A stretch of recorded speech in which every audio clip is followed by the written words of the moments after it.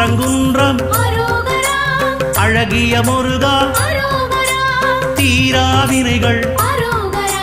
தீர்த்திட வேண்டும்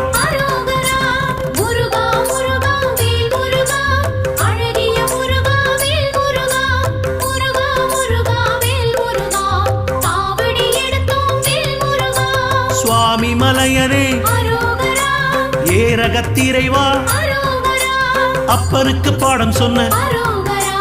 ஆறுமுகவேலா